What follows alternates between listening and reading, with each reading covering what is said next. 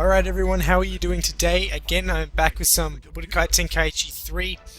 Today is going to be sort of a continuation on one of my other videos I did quite a while ago actually. So if you remember, I did a video with Super Vegito against Kid Buu on Raging Blast 2, and I was sort of thinking of continuing that, but I didn't particularly want to do it on Ultimate Tenkaichi because I know the game didn't seem right for doing like a sort of fluent battle sort of thing.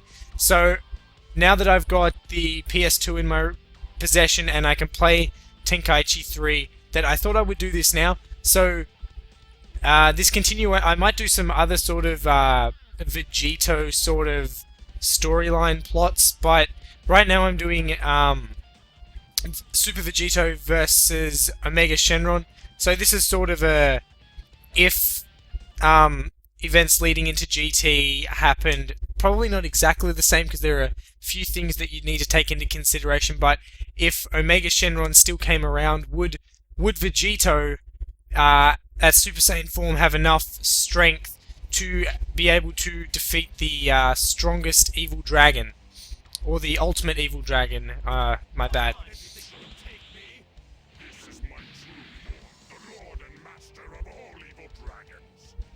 There we go, the Lord and Master of all evil dragons. So, I know that, shit, he's already using a super. That Shenron was had to be, like,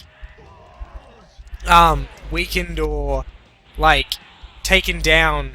He wasn't necessarily defeated by the two, but two Super Saiyan 4s were needed to, like, have the power to face him at a sort of a even playing field, I suppose you'd say, because he really was one of the strongest villains.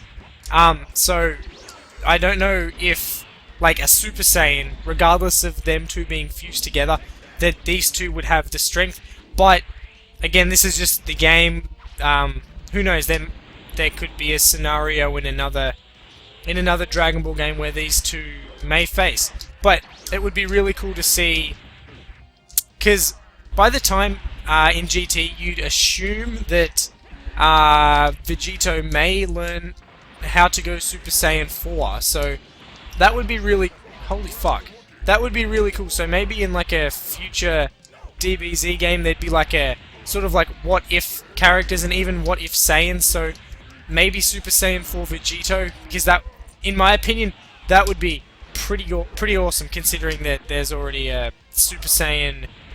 We've already seen, like, I don't know if any of you guys have seen them, but I've seen pictures in like of that Dragon Ball Heroes Super Saiyan 3 Future Trunks, along with, I think there was a Super Saiyan 3 Gogeta thrown in amongst the mix.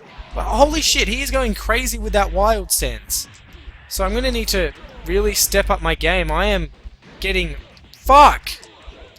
raped. So I'm gonna probably charge up for Final Kamehameha and Shenron, calm the fuck down!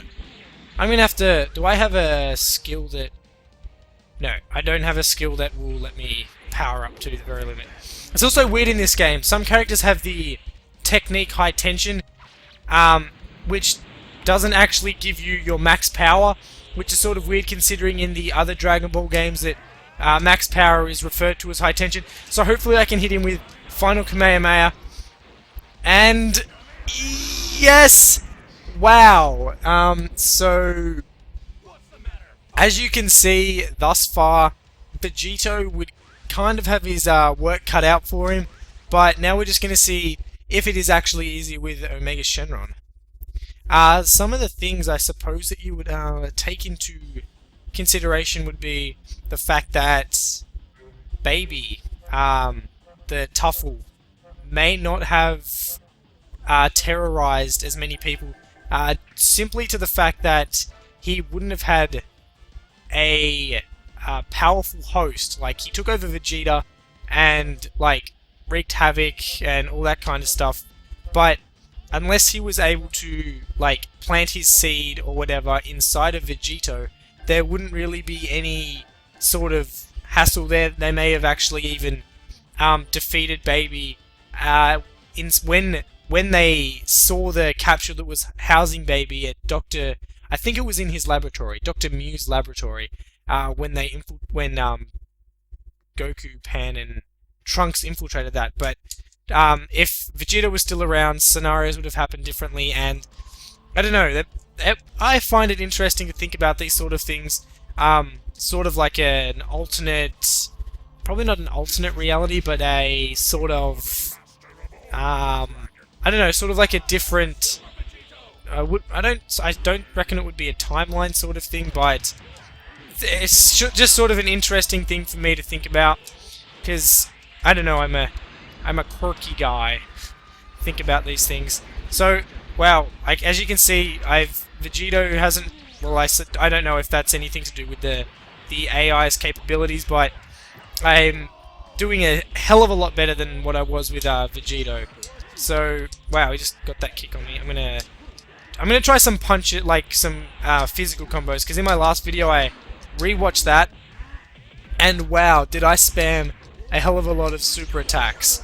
And I'm thinking, I probably shouldn't do that, because although that video was still a good 7 minutes long, Dragon Thunder, and I don't want to run it to the point where it's just me making a video run longer just for the sake of doing physical attacks. So I don't know what's... Omega Shenron is definitely a better character compared to Vegito, power-wise in this game. So if these two were ever to duke it out, Omega Shenron would definitely take the cake. I mean, props to Vegito for actually probably trying, but you know, considering that a Super Saiyan 4 was pretty much needed to significantly damage this enemy, Omega Shenron would definitely obliterate Vegito. So he's down to the stage where I suppose I could use minus power energy ball, and that's what I think I'm going to do if he doesn't do some bitch-ass attack. Maybe I'll get a few more physical punches on him, just so this isn't like a sort of, I don't know, ultimate and spammy sort of shenanigan. I really like doing snap attacks, but this game is like really unforgiving, or not unforgiving, just really hard to get the timing down straight when trying to get that perfect button press. So that was the end of this fight. Concerning the gameplay, I believe Omega Shenron would definitely beat Vegito. But what are your thoughts? I'd really like to hear what you guys think of pretty much of anything that I talk about in these commentaries.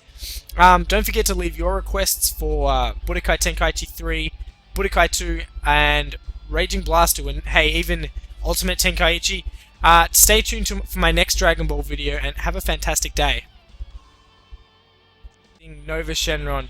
But from what I can remember, Nova Shenron didn't seem that much of a bad guy. He seemed kind of nice compared to Ice Shenron, I think his name was.